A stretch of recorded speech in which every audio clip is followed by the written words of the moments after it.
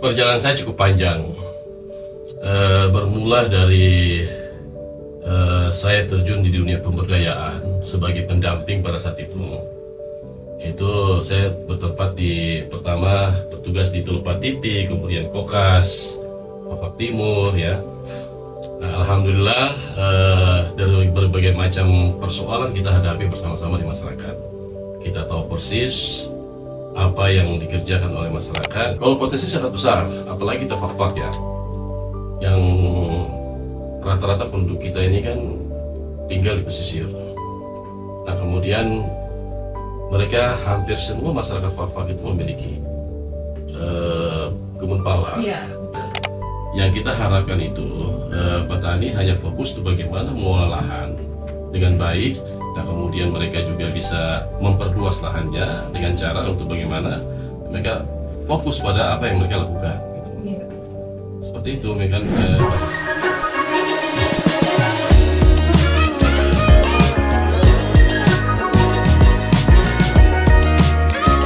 Halo Sobat Embaran Bacarita, dimanapun kamu berada, kembali lagi di podcast Embaran Bacarita. So di video kali ini kembali lagi bersama saya Bunga Kutanggas, dan seperti biasa kalau saya sudah di sini berarti ada narasumber terbaik yang Tong hadirkan di Embaran Bacarita. Kira-kira Tong narasumber hari ini siapa? Langsungnya Tong sapa. Halo, assalamualaikum Abang. Waalaikumsalam. Abang mungkin say hi dulu ke kamera, ke teman-teman. Halo. Oke, Abang daripada Tong bincang-bincang terlalu banyak babi bu di awal, langsung aja Tong tanya-tanya soal sebenarnya siapa sosok yang duduk depan orang ini. Mulai dari perkenalan dulu Abang mungkin ke teman-teman Embaran Bacarita yang ada di rumah. Ya, perkenalkan saya Abdurrahman. Hari-hari disebut Rahman. Aktivitas saya sekarang sebagai anggota DPR Kabupaten Papak dari fraksi Partai Bulan Bintang ya. Alhamdulillah masyarakat kali ini di periode 2024-2029 berikan kepercayaan kepada saya sebagai penyalur aspirasi untuk masyarakat. Ya, Abang Rahman, saya hanya panggil Abang aja. Ya, Ya. silakan. Jadi teman-teman, Abang Rahman ini merupakan anggota DPR Kabupaten Fak-Fak ya. Dan hari ini tuh akan bahas banyak juga tentang kira-kira topoksi ataupun tugas-tugas yang Abang laksanakan sampai dengan tanggapan-tanggapan Abang nih. Oke, teman-teman langsung ya Tong tanya yang pertama seperti biasa. Kita selalu kulik dulu tentang latar belakang, mulai dari latar belakang pendidikan sampai dengan lahir besarnya. Jadi mungkin Abang jelaskan sedikit dulu tentang Abang ini asli mana, kemudian lahir besar di mana, dan latar belakang pendidikannya ini. Ya, kalau asal dari Jayapura ya. Oh, Jayapura. Lahir besar Jayapura, sukunya Bugis, mama saya orang Jawa. Jadi biasa disebut dengan atau disingkat Bujang ya, Bugis Jawa. Ya, sekolah saya di SD, lahir besar di Jayapura, kemudian SD, SMP, SMA juga di Jayapura. Kemudian melanjutkan perguruan tinggi di S1 saya di Universitas Negeri Papua, Manokwari. Universitas Negeri Papua. Ya, jurusan pertanian lah gitu. Karena memang saya terlahir sebagai anak petani yang hidup sehari-hari petani, maka saya ingin melanjutkan studi di bidang pertanian. Keren sekali. Sama-sama anak petani berarti ya. Saya juga anak petani. Saya petani berdasi lah. Oke, mungkin Tong langsung aja kita udah kulik-kulik juga sedikit tentang Abang punya latar belakang sebelum terjun dalam dunia politik, mulai daripada latar belakang pendidikan. Ternyata Abang ini orang Bugis ya, lahir besar di Jayapura, sekolahnya juga di Jayapura. Sekarang Tong masuk nih ke pertanyaan inti nih. Kira-kira apa yang mendorong Abang sampai bisa terjun dalam dunia politik dan memilih dunia politik ini sebagai jalan pengabdian? Ya, perjalanan saya cukup panjang. Bermula dari saya terjun di dunia pemberdayaan sebagai pendamping pada saat itu. Itu saya bertempat pertama bertugas di Teluk Patipi, kemudian Kokas, Papak Timur ya. Nah, alhamdulillah dari berbagai macam persoalan kita hadapi bersama-sama di masyarakat. Kita tahu persis apa yang dikerjakan oleh masyarakat, apa yang dirasakan oleh masyarakat, apa kendala-kendala yang dihadapi oleh masyarakat. Nah, berkali-kali saya banyak berdiskusi dengan teman-teman politisi pada saat itu, Namun banyak hal-hal persoalan yang memang yang ada di pikiran saya, mungkin alangkah sebaiknya saya harus masuk dalam terjun politik juga. Sehingga saya resmi 2017 saya bergabung di politik. Yang paling pertama saya dirikan adalah Partai Bulan Bintang.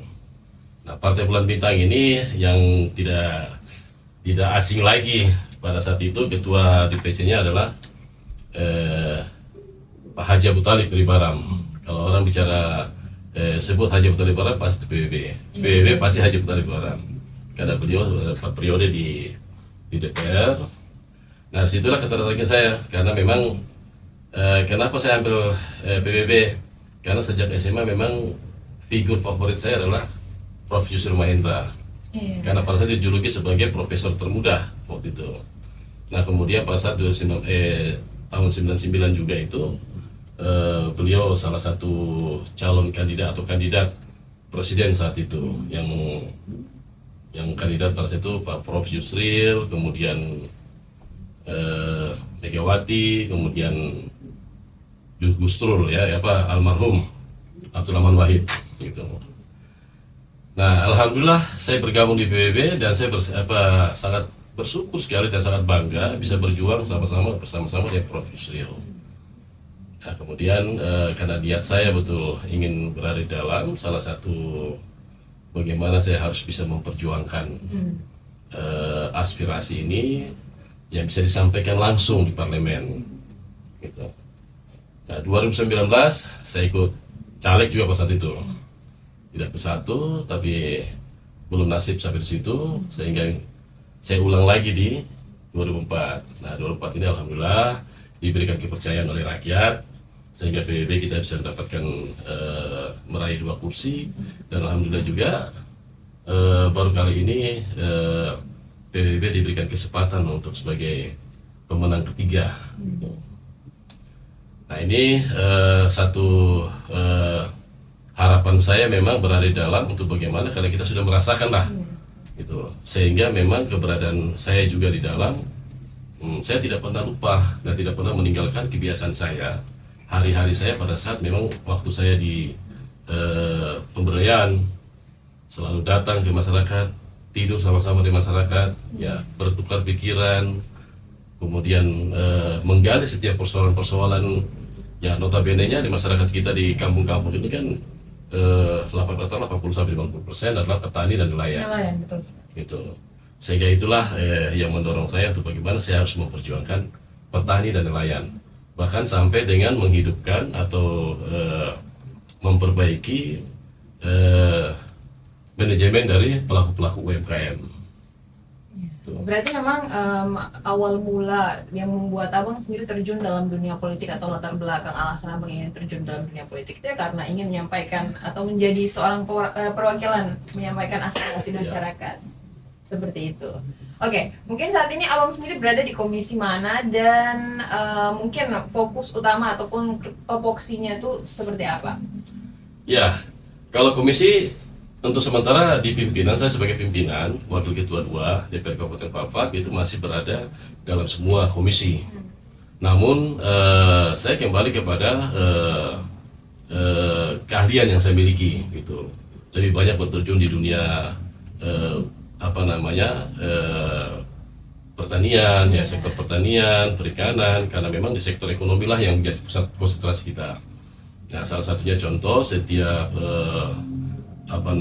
paripurna ataupun sidang-sidang selalu pandangan-pandangan umum fraksi dan pandangan akhir fraksi selalu kita mengangkat persoalan masalah ekonomi, terutama untuk bagaimana kita betul-betul konsentrasi mempersiapkan anak-anak Fak-Fak untuk bisa bersaing di dunia usaha, terutama di UMKM gitu.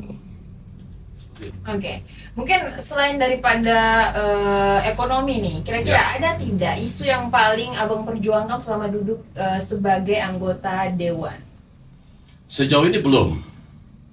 Artinya saya masih konsentrasi ke itu dulu, ke perekonomian dulu, untuk bagaimana kita sama-sama memperbaiki sistemnya, itu karena antara masyarakat kemudian pemerintah itu saling membutuhkan untuk bagaimana kita bisa betul-betul mempersiapkan konsentrasi dalam penyusunan atau program strategis daerah. Gitu. Nah, kenapa saya lebih memilih lebih banyak bertuju ke perekonomian? Ya karena kita semua ini kan membutuhkan kesediaan pangan yang cukup. Iya. Gitu. Jadi memang konsentrasi saya masih sementara Masih itu tetap sambil di melihat ekonomi. dinamika yang terjadi.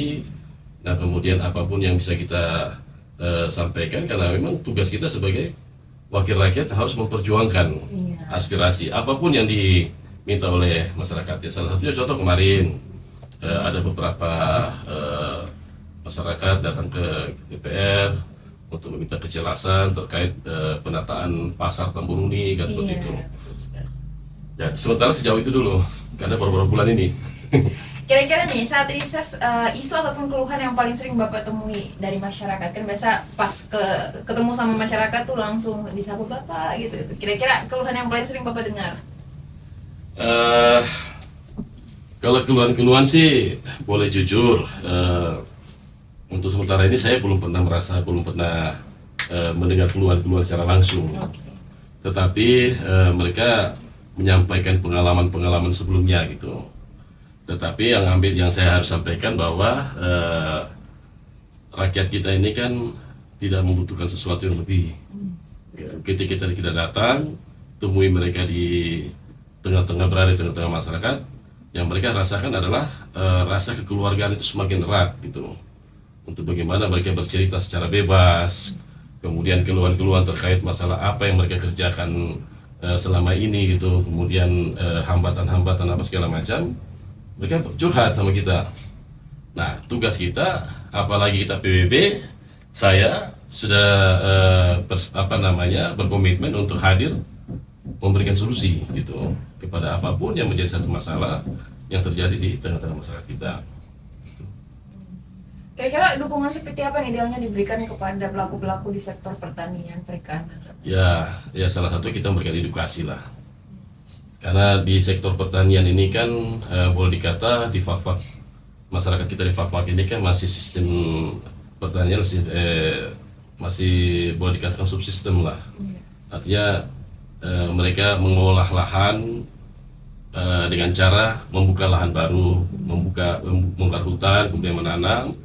Kemudian kalau sudah lihat tanamannya itu sudah tidak begitu subur, mereka pindah lagi. Istilahnya masih petani berpindah-pindah. Nah, yang kita harapkan itu petani hanya fokus untuk bagaimana mengolah lahan dengan baik, dan kemudian mereka juga bisa memperluas lahannya dengan cara untuk bagaimana mereka fokus pada apa yang mereka lakukan. Gitu. Iya, betul. Seperti itu, memang banyak persoalan memang untuk itu, sehingga memang edukasi itulah yang harus kita terus sampaikan. Nah, kemudian dari hasil pertanian itu bagaimana mereka bisa harus laku atau terjual. Iya. Ada sistem yang memang harus dibentuk. Di desa ada yang namanya Badan Usaha Milik Desa atau BUMKAM lah, Badan Usaha Milik Kampung. Ada lagi lah koperasi yang dicanangkan baru di launching, Koperasi Merah Putih.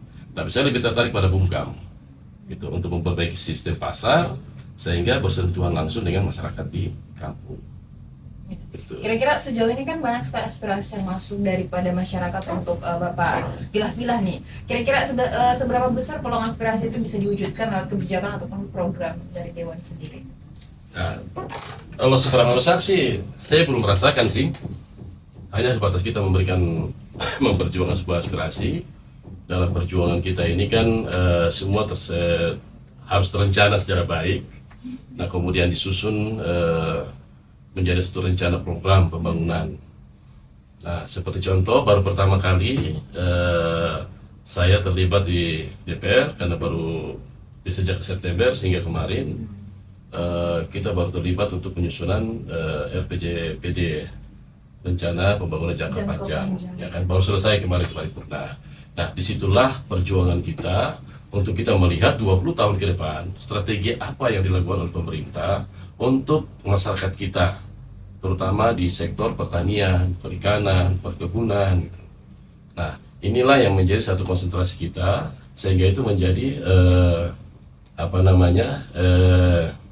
keseriusan pemerintah untuk menangani setiap persoalan-persoalan dan strategi pengolahan dan pengembangannya seperti apa. Nah, Tadi kan itu menjadi rujukan untuk RPJMD besokan gitu. Nah, tadi kan Bapak juga sempat singgung tentang bungkam ya. Kira-kira menurut Bapak apa potensi ataupun tantangan terbesar yang Bapak lihat dari bungkam sendiri? Karena ini kan bungkam ini kan sudah mulai tumbuh di kampung-kampung kan. Kalau potensi sangat besar, apalagi kita fak-fak ya, yang rata-rata penduduk kita ini kan tinggal di pesisir. Nah kemudian mereka hampir semua masyarakat fak-fak itu memiliki kebun pala. Iya, betul. Nah kemudian juga di selain itu mereka bertani juga. Nah hasil-hasil inilah menjadi potensi yang bisa dikelola oleh masyarakat. Kemudian dibentuklah sistemnya, pasarnya dilakukan oleh Bumkam. Nah Bumkam ini kan berdiri sejak tahun 2014. Nah kemudian ada perubahan sesuai dengan peraturan pemerintah nomor 11 itu tahun 2001 tentang bagaimana mendirikan Bumkam. Kemudian semua metode pelaksanaan teknis dalam pengembangan Bumkam itu ada diatur dalam peraturan pemerintah nomor 11 itu. Nah disitulah saya berpikir begini. Saya ambil contoh, petani kita ini selamanya, contoh ya petani. Saya ambil salah satunya bicara petani, ada juga perikanan. Nah petani kita ini kan terbiasa dengan menanam, kemudian merawat, kemudian panen, selesai panen, mereka juga petani itu yang bawa ke pasar.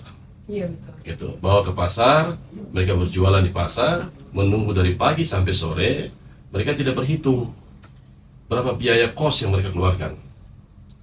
Mulai dari transportasinya bawa ke sana ke pasar, sampai di pasar, jaga ada makan minum situ. Ya, lagi-lagi kalau makan Pinang, ya pasti beli Pinang gitu. Nah, kalau kita hitung pengeluaran itu cukup besar gitu, dibandingkan dengan kalau petani dia hasil panen, kemudian ada yang beli di kampung itu. Bahkan mungkin lebih bagus lagi kalau jadi rebutan, ada yang langsung ke kebunnya sudah, tinggal dihitung aja bayar berapa gitu. Nah, siapa yang bisa melakukan itu? Ya Bumkam ini harus kita bentuk seperti itu.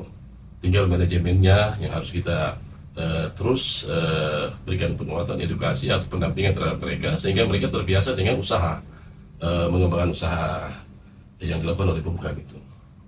Ya. Tapi kan tidak semua masyarakat itu kan punya pemikiran seperti itu Benar. menjelaskan ya. Jadi kan agak susah, apalagi ada beberapa masyarakat yang memang memilih langsung jual sendiri karena mereka menganggap bahwa hasil daripada yang mereka jual itu lebih laku, maksudnya uangnya, keuntungannya lebih dapat gitu.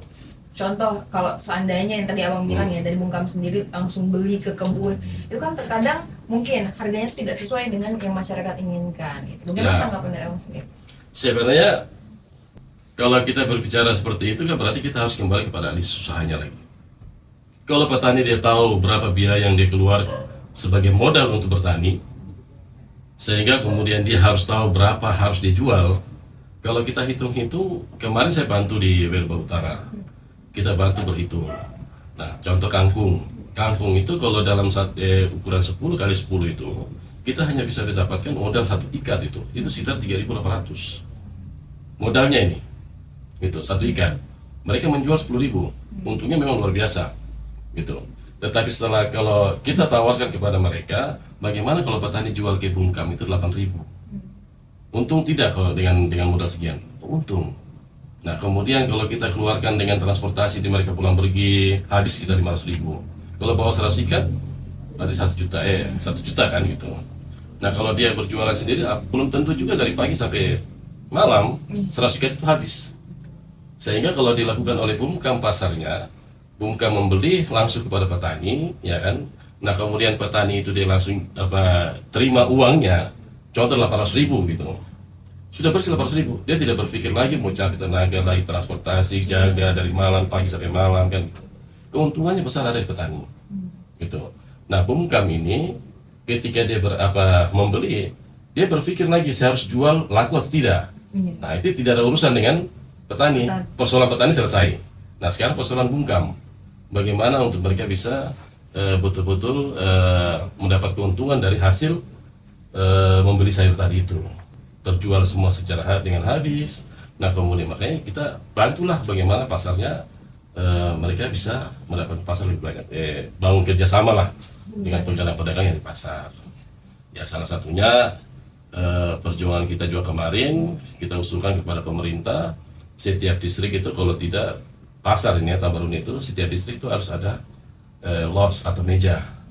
Gitu. Paling tidak kalau kampungnya ada 10 sampai 13 kampung dengan distrik yang kampungnya cuma 5 atau 6, kan tidak mungkin satu-satu. Ya, paling tidak yang 10 sampai 13 itu kan bisa tambah satu dari 20 meja. Nah, itu kan bisa digunakan oleh kampung. Dalam hal itu pelaku-pelaku bungkam ditugaskan satu orang untuk menjaga, menjual. Itu kalau mereka tidak mau repot-repot juga, oper saja kepada pedagang, selesai gitu. Yang penting habis terjual. Gitu. Jadi memang sudah ada strategi Nah, yang disiapkan. itu sistem pasar yang harus kita bentuk gitu. Karena berbisnis ini tidak bisa dilakukan sendiri. Kalau dilakukan secara bersama, saya pikir itu lebih menguntungkan. Gitu. Oke, sekarang kita lihat dari sisi legislatif. Kira-kira apa dukungan legislatif yang diberikan untuk mendorong bungkam jadi motor ekonomi desa? Ya, kalau saat ini kan lagi kencang-kencangnya atau lagi isu yang berkembang sesuai dengan instruksi Presiden nomor 9 tahun 2025 ini tentang Koperasi Merah Putih. Nah, lagi-lagi saya mau sampaikan bahwa itu penting dan bagus untuk Koperasi Merah Putih. Tetapi kalau untuk di fak-fak, saya belum yakin kalau koperasi itu bisa berjalan. Gitu. Sehingga saya lebih yakin kepada bungkam. Ya, kira-kira apa yang buat Bapak paling yakin dengan koperasi? Ya, koperasi ini harus betul-betul mempersiapkan. Memang kita dengar pemerintah akan siapkan plafon anggaran untuk bisa dikelola oleh koperasi itu kurang lebih sekitar 3 miliar ya kita dengar ya. Iya, yang benar. Ya, 3 miliar. Tetapi tidak semerta-merta koperasi itu bisa menerima dana sebesar itu. Koperasi dituntut harus membuat satu perencanaan. Nah, kemudian bisa membuat analisis usahanya. Kemudian proyeksi usaha itu kira-kira dengan anggaran yang dibutuhkan bisa menghasilkan keuntungan dalam tahun berapa. Gitu. Karena apa? Karena anggaran yang diberikan kepada koperasi ini bukan dalam bentuk diberikan cuma-cuma, tetapi itu dalam modal melalui sistem perbankan gitu, melalui bank mengambilnya gitu. Nah seperti itu, sehingga memang saya lebih tertarik kepada bungkam. Sehingga pemerintah juga karena dia lebih simpel, bedanya bungkam itu adalah milik pemerintah desa yang ditunjuk oleh pemerintah desa kepada masyarakat yang punya kemampuan atau punya basic, orang bilang punya jiwa usaha lah gitu. Nah itu saya sudah cukup, tinggal kita berikan edukasi, pendampingan terhadap mereka bagaimana bisa mengolah, memperbaiki manajemen usahanya gitu. Nah ini kalau koperasi, ya koperasi ini kan milik anggota gitu. Tujuannya untuk bagaimana memberikan kesejahteraan anggota. Nah kalau kebungkam tadi ini adalah milik desa. Tujuannya adalah sisa hasil usaha itu diberikan kepada pemerintah desa untuk pembangunan desa, untuk kesejahteraan masyarakat secara umum. Nah kalau koperasi, sisa hasil usahanya ini kan diberikan kepada anggota untuk kesejahteraan anggota. Maka koperasi harus punya anggota. Kalau tidak punya anggota tidak bisa terbentuk itu koperasi, kan begitu. Nah itu makanya lebih mudah dikelola oleh masyarakat di kampung, khususnya untuk kita di Pak ini ya. Kalau saya melihat dari karakter kemudian SDM yang ada, lebih mudah dikerjakan adalah bungkam. Itu masih mudah untuk kita bisa memberikan itu karena dia membuka usaha. Saya bercontoh di Sekban. Di Sekban ini bungkam sudah mulai bergerak bagaimana untuk membuat pabrik es. Nah, lihat kebutuhan petani, es itu berapa banyak yang dibutuhkan, dikeluarkan satu hari. Dibutuhkan satu hari sehingga diproduksi bungkam berusaha untuk bagaimana menyediakan kebutuhan nelayan. Nah, satu hari saja bisa menghabiskan 300 buah es. Itu satu hari ini. Mereka nelayan 300 buah es. Beberapa itu baru satu kapal nelayan. Nah, kalau sampai 5 sampai 10 kapal nelayan kan tinggal dikali saja. Nah, ini potensi usaha yang dilakukan oleh bungkam. Itu salah satunya tujuan untuk bagaimana mempermudah masyarakat kita untuk berusaha untuk bergerak di dunia nelayan. Oh ada es yang disediakan oleh bungkam. Tapi bukan diambil cuma-cuma, dibeli, dibayar sesuai dengan harga yang disepakati. Gitu. Berarti memang tujuan utamanya untuk mensejahterakan. Ya memang. Gitu. Bicara soal ekonomi nih Bapak, mungkin kita geser sedikit ya. Bagaimana nih tanggapan Bapak secara pribadi melihat pasar Tambaruni yang memang Oh. sampai sekarang belum diresmikan. Ya, Sedang dilakukan relokasi dan lain sebagainya. Mungkin tanggapan dari Bapak pribadi. ya ini kalau pasar Tambaruni ini gampang-gampang susah lah menurut saya lah. Artinya pasar ini kan tempat jual beli yang memang harus dihuni oleh orang-orang yang betul-betul punya usaha gitu kan sebagai dagang. Nah, namun selama ini beberapa hari ini kita melihat gejolak di pasar Tambaruni terkait pembagian los, meja gitu. Nah, lagi-lagi saya mau sampaikan bahwa kita juga harus betul-betul memperhatikan kita memang Papua, Fak-Fak. Mereka ini kan juga punya harapan untuk bagaimana bisa berada di dalam, untuk bisa berjualan bersama-sama. Nah, sehingga memang pemerintah juga harus betul-betul selektif secara baik. Nah, kemudian juga pengaturannya secara adil ya toh. Semua bisa merasakan di situ dan semua bisa melakukan usaha di situ. Ada aktivitas yang tiap hari harus kita lihat gitu, sehingga memang itu tidak lagi menjadi satu gejolak, ada yang dapat, ada yang tidak dapat. Kalau mau semuanya mau dapat memang jelas tidak cukup, kasihan juga pemerintah ini. Iya, betul, Gitu betul. mengatur, terutama dinas perindak ini, bagaimana cara mengaturnya untuk semua dapat, itu tidak mungkin gitu, karena los atau tempatnya terbatas, semakin peminatnya sangat banyak.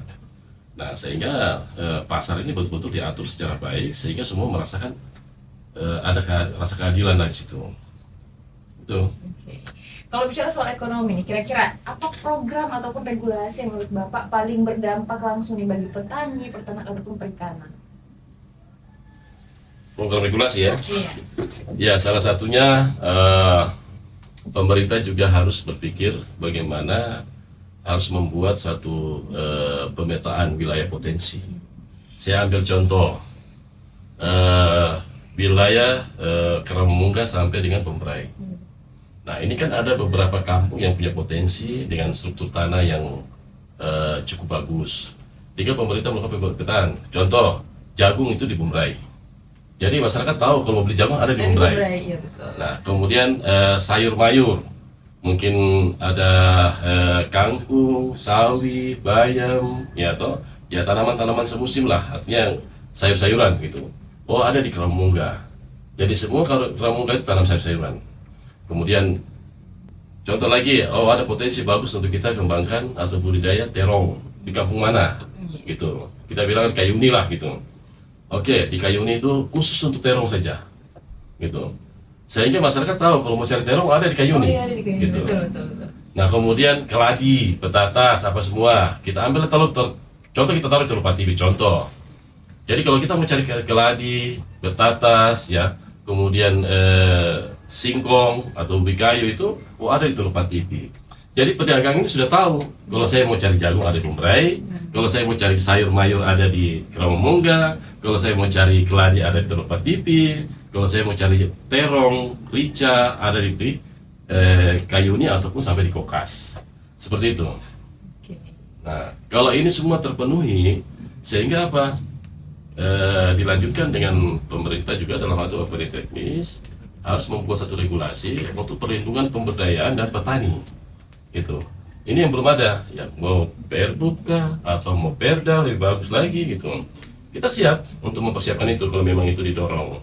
Nah, sehingga pada saat nanti mereka membutuhkan anggaran itu, mereka menyusun perencanaan dengan anggaran yang dibutuhkan itu sudah ada. Mudah untuk kita bisa, butuh area pertanian untuk berterong, kebun terong, ada berapa kampung, ada berapa petani yang bisa melaksanakan itu, sekian anggaran yang didorong.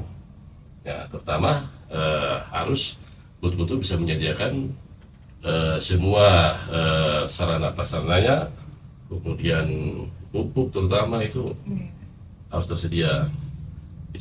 Pemerintah harus pikirkan gitu, karena pupuk selama ini kan katanya subsidi gitu. Iya, subsidi. Ya kan? Ya, kemarin saya sudah temukan juga di Jawa Barat mereka sudah dapat subsidi.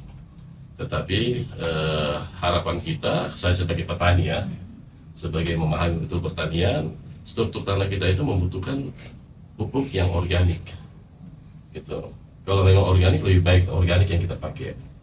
gitu. Oke, kita udah banyak sekali bicara soal rencana-rencana ke depan lah nih Bapak. Kira-kira ada satu masalah dari masyarakat yang memang sampai sekarang masih menjadi masalah umum lah di masyarakat, kalau ditanya di petani ataupun lain, masih banyak sekali yang mengeluh soal ini, tentang mengeluh soal modal Ya. dan juga pasar. Kira-kira apa regulasi ataupun solusi yang ditawarkan dari sisi legislatif sendiri? Kalau modal kan sudah disediakan lah, itu di daerah desa. Nah sekarang kan sudah diperuntukkan untuk ketahanan pangan atau modal yang dikelola oleh Bumkam, itu bisa dilakukan oleh Bumkam untuk petani kita, untuk nelayan kita. Itu besar, kurang lebih 20% dari daerah desa itu. Nah kemudian juga harapan kita juga pemerintah juga ada program lah untuk bagaimana menyediakan sarana prasarananya. Itu kan bagian dari modal untuk bagaimana petani kita bisa beraktivitas sebagaimana biasa. Tapi kalau modal-modal sarana prasarana untuk petani kita, saya pikir nggak terlalu inilah.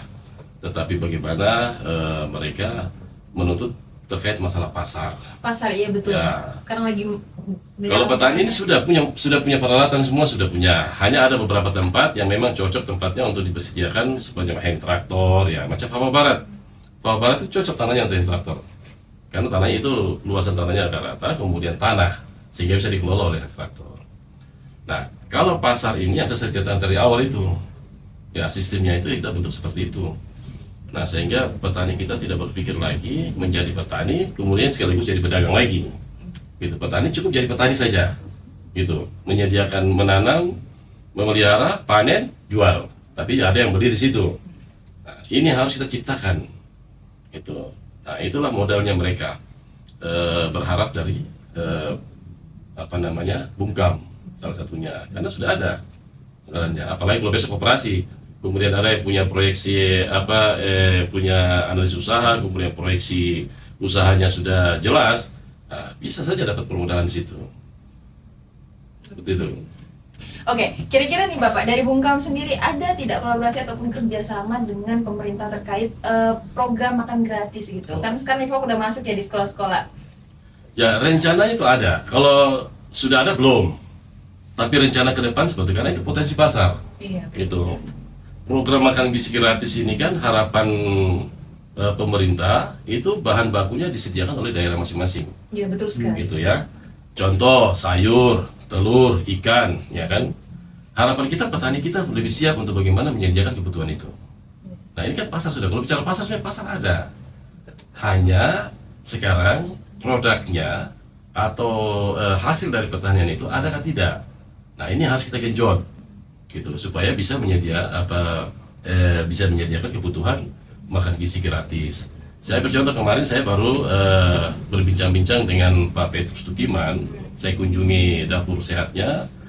Beliau sampai menyampaikan kebutuhan sayur setiap hari itu untuk ambil ke masyarakat itu masih kurang, sehingga beli di pasar. Nah, sementara kalau kita lihat di pasar ini sayur mayur apa itu lebih banyak dari luar masuk. Iya, betul. Gitu. Dari apa? Nah, sekarang kalau petani kita betul-betul memang continue, kemudian fokus untuk bagaimana menyediakan menanam, ya toh, hasilnya pasti ada. Kalau memang sudah memenuhi kebutuhan daerah, kita pasti pemerintah akan berpikir bagaimana cara kita mengurangi pasokan dari luar masuk ke Papua, supaya kebutuhan ini bisa terpenuhi untuk kebutuhan masyarakat, terutama MBG tadi itu. Nah, ikan saja yang saya berpikir awalnya bahwa ikan itu cukup, ternyata ikan juga tidak cukup untuk kebutuhan MBG itu. Makan gratis. Apalagi kemarin yang awal kan berapa, 1.800 ya kita ya Pak Petrus itu. Nah, sekarang sudah naik sekitar 2.000 lebih. Nah, sekarang 2.000 lebih ini bahan bakunya dari mana? Nah, kalau kita melihat telur ayam, ya telur ayam ini kan berapa sekian persen saja yang disediakan oleh Pak. Hanya beberapa peternak ayam telur saja. Selain selebihnya itu kan semua dari luar. Nah, kalau tidak tersedia, maka sulit juga untuk bagaimana memenuhi kebutuhan MBG tadi. Nah, sehingga memang kita harus genjot sama-sama lah. Pemerintah harus betul-betul berpikir untuk bagaimana memberdayakan masyarakat petani, nelayan untuk bisa menyediakan semua kebutuhan ini. Gitu. Sehingga apa? Sehingga kita bisa kurangi pemasukan dari luar. Nah, itulah harapan memang kita seperti itu. Berarti ada ya kerjasama antar pemerintah dari Dewan sendiri dan Ya. juga Bumkam ya, dan juga makan bergizi, makan siang gratis yang tadi sempat kita singgung juga nih. Kemudian nih Bapak, mungkin ada harapan nih Bapak, harapan dari Bapak sendiri mungkin terkait ke masyarakat kampung dulu nih, Oh, terkait program Bumkam tadi nih. Mungkin ada beberapa Ya. masyarakat yang belum terlalu paham dan masih menolak. baik, harapan saya kepada masyarakat ini, kalau kita tekun dalam satu eh, bidang, maka kita akan jadi orang hebat. Gitu. Kalau kita tekun kepada pertanian, kita fokus kepada pertanian, maka kita akan menjadi petani yang hebat. Karena semua apa yang kita lakukan itu betul-betul kita fokus, konsentrasi, nikmati pekerjaan kita, sehingga menjadi petani-petani yang sejahtera. Gitu. Nah, sehingga harapan saya juga kepada masyarakat, marilah kita bersama-sama berpikir lagi, bersama-sama bertindak bersama, saling memberikan masukan. Kami juga, saya sebagai perwakilan juga tidak akan pernah menyerah dan akan terus turun bersama-sama untuk melihat persoalan apa yang harus yang terjadi, sehingga memang kita untuk kolaborasikan, meminta kepada pemerintah untuk bagaimana memperhatikan program ini secara serius gitu, karena kita tidak akan pernah berhenti mewujudkan sebuah harapan-harapan masyarakat itu sendiri. Betul sekali.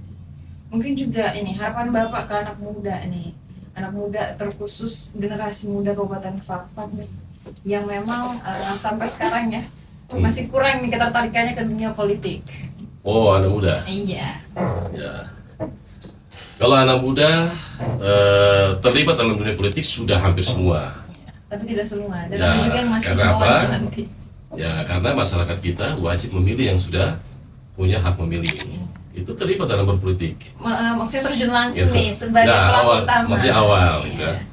Nah, ketika dia memilih satu ambil keputusan bahwa saya ingin terjun di dunia politik, maka dia harus betul-betul menjadikan diri bahwa saya mencoba untuk bagaimana menekun di dunia politik, tetapi harus banyak melakukan kegiatan-kegiatan sosial dan tahu persis apa yang menjadi satu kebutuhan masyarakat.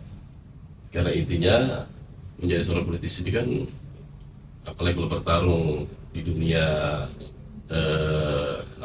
legislatif ini ya. Iya. Legislatif kan banyak yang calon, tapi sedikit yang terpanggil kan, karena terbatas kuotanya juga Iya. gitu. Nah, tetapi ketika kita fokus ke situ, kemudian kita sudah melakukan sesuatu yang baik buat masyarakat, saya yakin itu bermanfaat juga buat masyarakat di dunia politik. Gitu. Siapa saja, gitu. Ketika memang ini, karena politik itu pilihan, Iya sih Gitu. betul. bukan sebuah kebutuhan mendasar kita. Kalau kebutuhan kita, ya saya ambil contoh begini, apa yang saya kerjakan yang penting menghasilkan uang, kan Iya. begitu. Semua kan beranggapan bahwa masuk ke dunia politik ini, jangan sampai ada di asumsi kita anak-anak muda ini bahwa politik itu adalah sebagian dari tempat untuk mencari pekerjaan. Salah. Itu politik itu adalah untuk bagaimana kita menanamkan atau menggadaikan diri kita sebagai pelayan masyarakat. Gitu. Karena kita sebagai pelayan, maka kita wajib untuk memperjuangkan aspirasi. Nah, ketika menjadi pelayan, berarti urusan diri kita sudah selesai. Iya. Gitu. Tidak ada lagi persoalan ekonomi, kan gitu. Karena kalau menurut saya bahwa politik memang betul mempersiapkan dulu diri, gitu. Karena terjun di dunia politik jadi anggota DPR itu semata-mata bukan mencari pekerjaan, tapi bagaimana menanamkan dirinya kita menjadi seorang anggota DPR yang betul-betul berniat untuk bekerja memperjuangkan aspirasi. Gitu. Kalau untuk pekerjaan selesai kita, pekerjaan lain kan bisa, yang ngapain kerja di dewan. Iya, Apalagi betul. dewan ini kan banyak persoalan yang harus kita lihat, persoalan-persoalan rakyat ini harus kita lihat persoalannya, kemudian kita harus mampu bisa mengidentifikasi masalah-masalah mereka, kemudian kita rumuskan dalam suatu program yang harus kita dorong kepada pemerintah. Gitu. Seperti itu, oke. Mungkin harapan Bapak ke anak muda juga nih, yang memang masih kurang tertarik dengan pertanian ini. Padahal kan sekarang lagi marak-maraknya tren anak-anak muda bertani, tapi di Fakfak sendiri anak muda masih jarang sekali tertarik dengan pertanian. Ya, jangankan pertanian, mencari orang yang punya basic pertanian saja susah. Saya ambil contoh, waktu saya jadi masih berada di pendamping kabupaten di PPDM, ya kan. Kita mencari orang-orang untuk melakukan menjadi pendamping pertanian saja itu sulit sekali cari Fakfak. Sehingga apa? Datang dari Manokwari, datang dari Sorong. Nah kemudian begitu juga di LNG. Kemarin saya sempat ada di program livelihood, ya. Kita mencoba untuk cari orang-orang Fakfak yang punya basic pertanian juga susah. Gitu. Rata-rata yang basic pertanian, sarjana pertanian tidak ada yang nganggur. Betul. Nah, kemudian kemarin formasi pertanian yang dibutuhkan sekian berapa itu? Yang daftar cuma sedikit, sehingga banyak yang kosong. Nah, pertanyaan saya tadi saya sama di pertanyaan Ade, kurang ketertarikan anak-anak muda terhadap pertanian.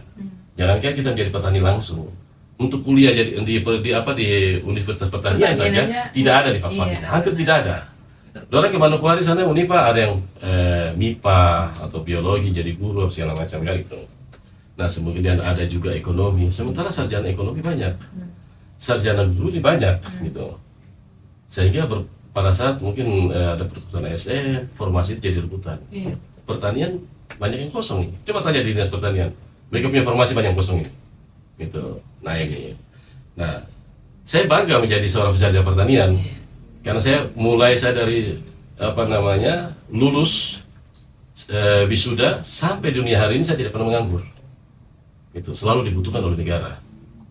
Ya, atau untuk bagaimana mensejahterakan masyarakat melalui pendampingan program pemberdayaan tadi itu.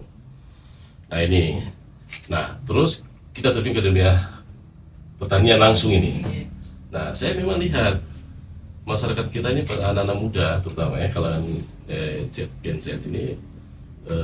Saya juga belum melihat apa sebabnya mereka tidak tertarik di pertanian.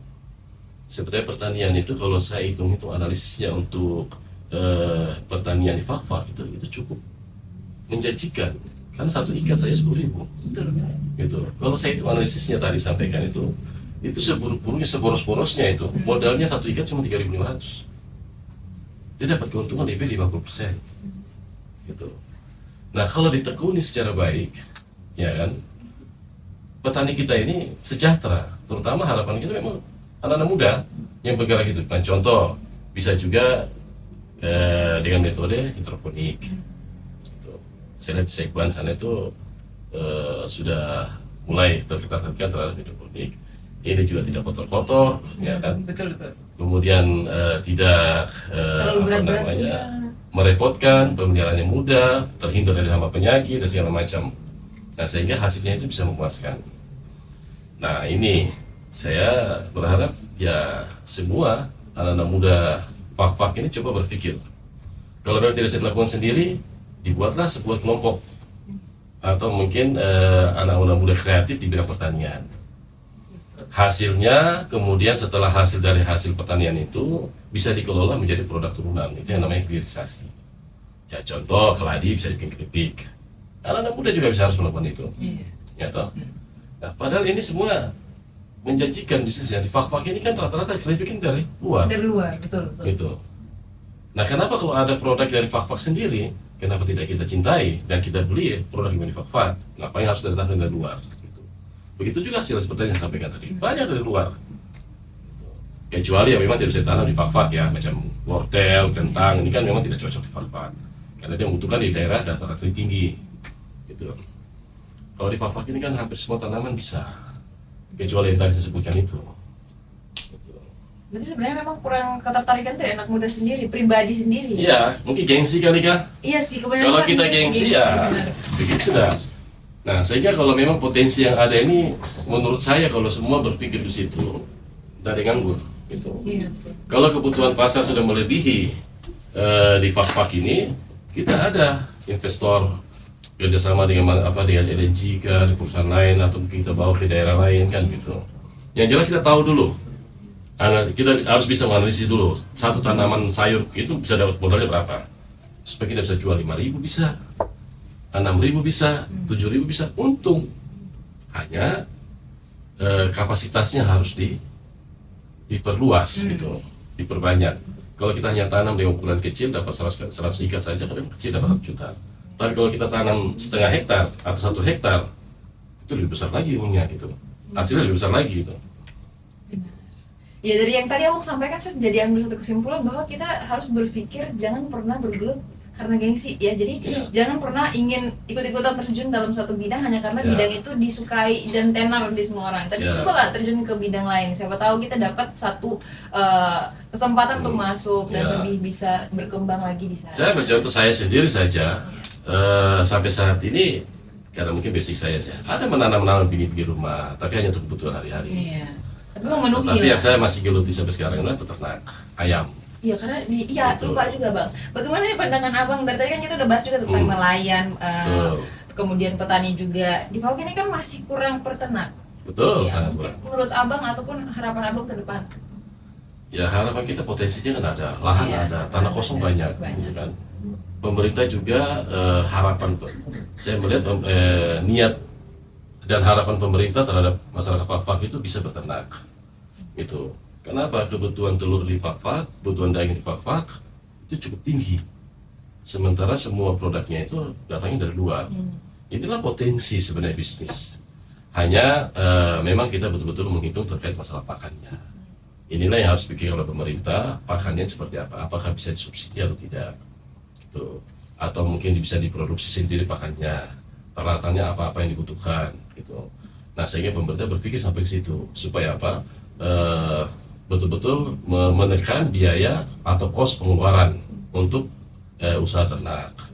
Gitu. Karena begini, kalau ternak ini kita macam telur gitu, tiba-tiba dari luar masuk begitu banyak telur dengan harga yang murah, gitu kan. Nah kasihan juga petani kita, ternak kita juga. Gitu.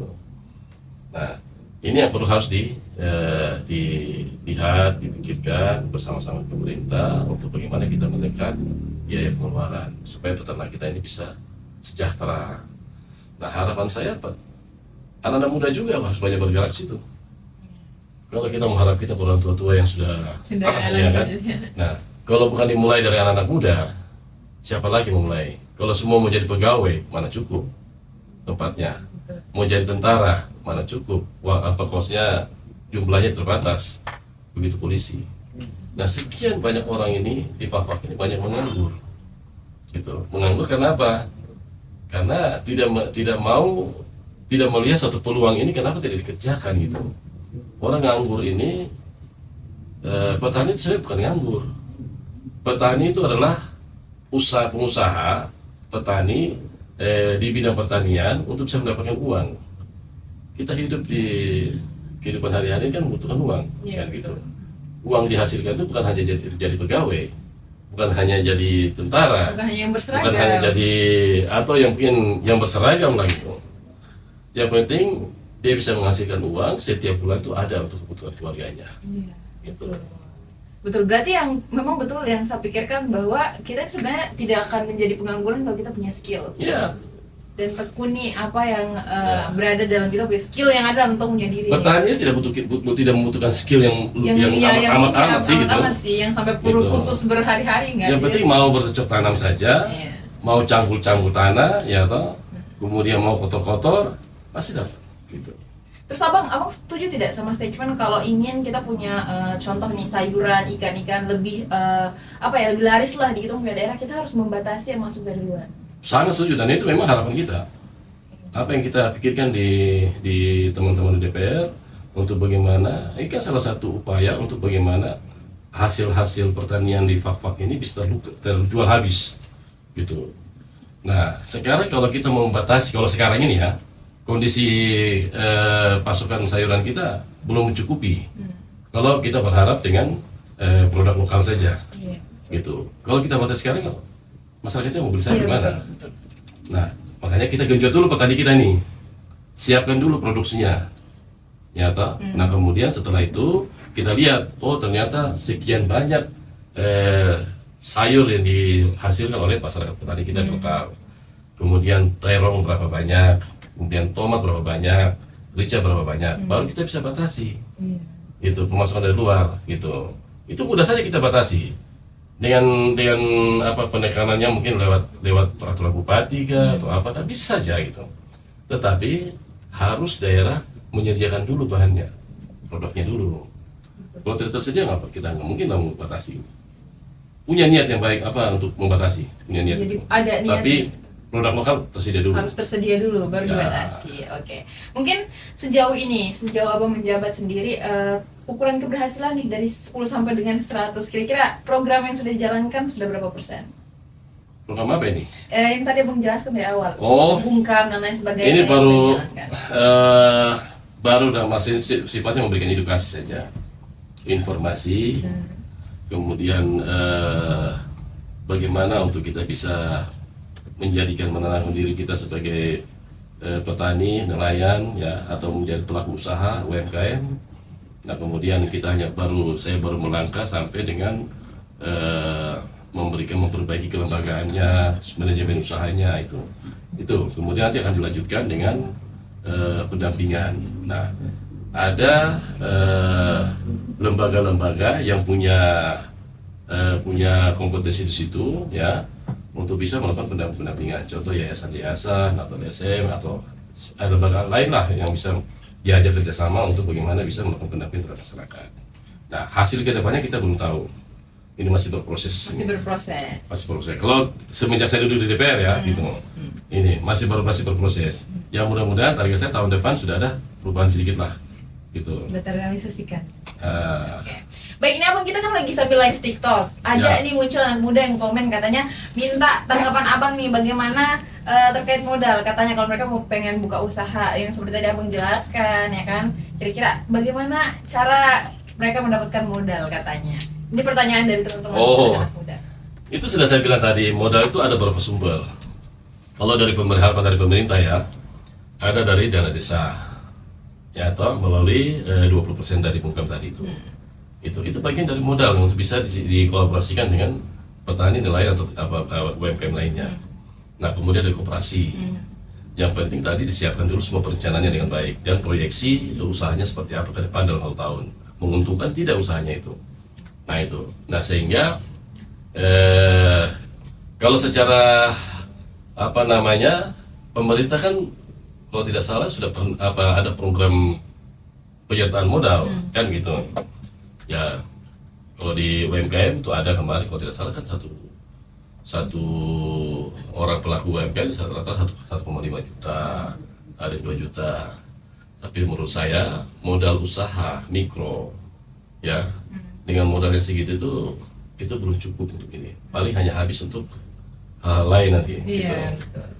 Banyak juga kita punya masyarakat juga pelaku-pelaku UMKM juga terjerat dengan pinjol atau koperasi simpan pinjam, gitu kan, yang hari-hari tagih gitu. Nah inilah yang harus kita pikirkan bersama untuk bagaimana identifikasi dulu semua pelaku UKM, kemudian berani untuk bisa menyusun perencanaan dan proyeksi usahanya. Kira-kira apa yang diusahakan itu bisa mendapat menghasilkan dalam 1 tahun berapa atau dalam 1 bulan berapa, setahun itu berapa, ya, sehingga kita melihat kalau ada orang yang betul-betul menanamkan sahamnya, ya, kepada pelaku UMKM itu pasti ada yang mau. Macam contoh saya, gitu. Kalau saya ada yang betul-betul bisa berani membuat perencanaan dengan baik suatu usaha, kemudian proyeksinya dalam 1 tahun menghasilkan sekian rupiah, gitu kan. Lebih baik daripada saya punya uang saya simpan, lebih baik saya berikan saham, ini ya, saya tambah modal. Tapi kita bagi hasil dengan keuntungan yang kita dapatkan. Nah, seperti itu. Usaha modal itu bisa dapatkan di mana saja. Bisa juga dari bank, gitu kan. Ada pinjaman bank. Nah, bank ini pasti syarat-syarat yang harus dipenuhi, gitu. Iya, betul. Ya salah satunya yang tadi saya bilang itu proyeksi usahanya seperti apa ini, gitu. Jangan sampai yang dia kerjakan begini, yang dia kerjakan modalnya 10 juta contoh, dia kerjakan proyeksinya dalam 1 bulan tidak mencukupi, atau mungkin lebih besar pengeluaran daripada pemasukan, itu kan tinggal tunggu waktu saja. Iya, betul. Gulung tikar gitu kan, gitu. Gulung tikar Nah istilahnya. ini harus punya proyeksi usaha itu, harus punya target gitu. Nah sehingga orang siapa saja ketika dilihat ini usahanya bagus, ya itu. Tapi kalau usaha-usaha mikro memang sebaiknya kalau ada pelaku koperasi ataupun hanya dengan modal 100 juta 200 juta untuk UMKM apa pelaku mikro, itu lebih baiknya harus dipikirkan baik-baik, karena selama berjalan ini kan selalu hanya habis itu modalnya, tapi hasilnya tidak nampak, tidak gitu. nampak, benar. Nah sehingga itu saran saya, kalau mendapatkan modal, pemerintah bisa memberikan modal dengan catatan, dengan ada program-program yang terencana, kemudian proyeksi usahanya ada, saya yakin pasti ada yang memberikan modal, terutama bank. Gitu. Modal yang paling cepat mudah itu bank. KUR ini kan modal kecil sekali kan, Iya, gitu. betul. Gitu. Oke, kita masuk ke pertanyaan terakhir nih Abang.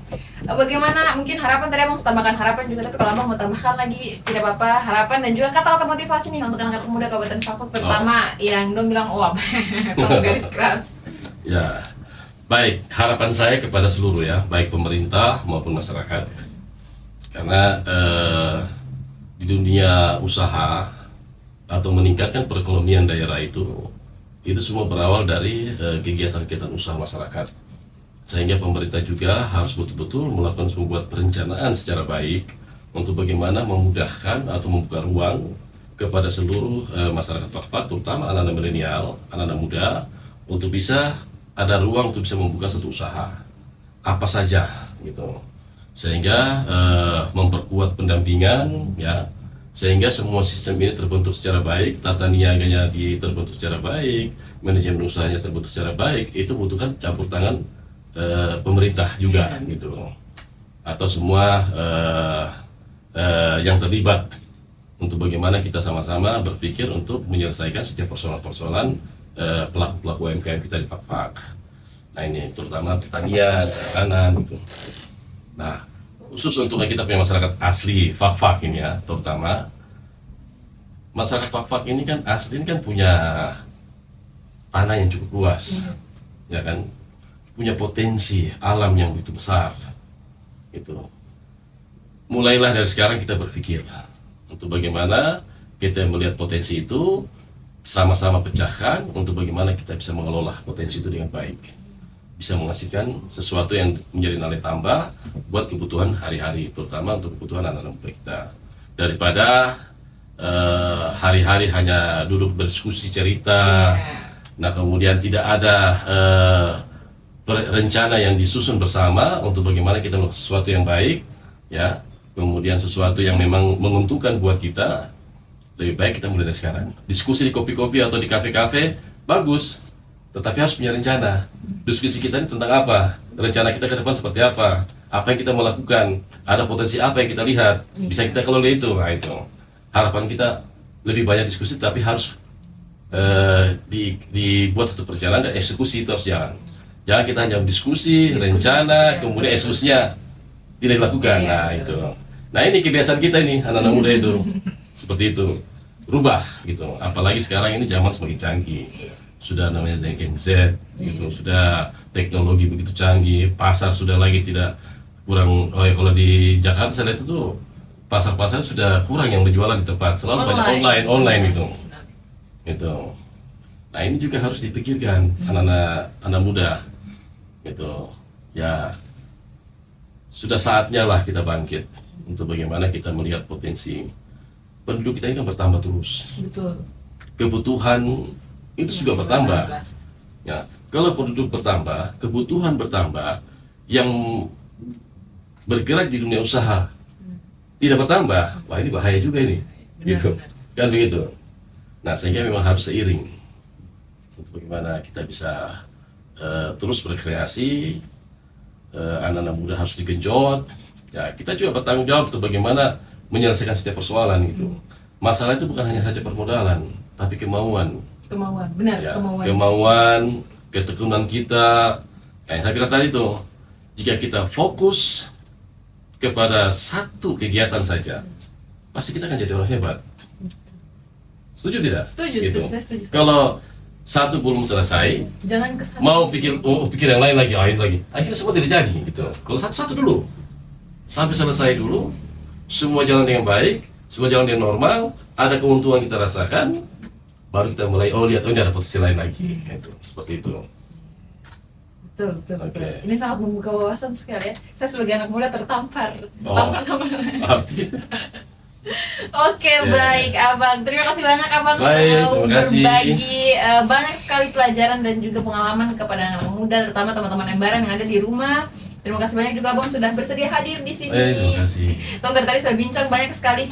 Pokoknya teman-teman, terima kasih banyak kamu juga sudah nonton. Jangan lupa like, komen, dan subscribe. Dukung kita terus sebagai wadah untuk anak-anak muda berkreasi lainnya. Dan tetap stay itu saja, tungguin video-video selanjutnya di Embaran Media. Embaran Media, medianya anak muda, informasi Anak muda yang menjangkau Nusantara. Dadah. Nah.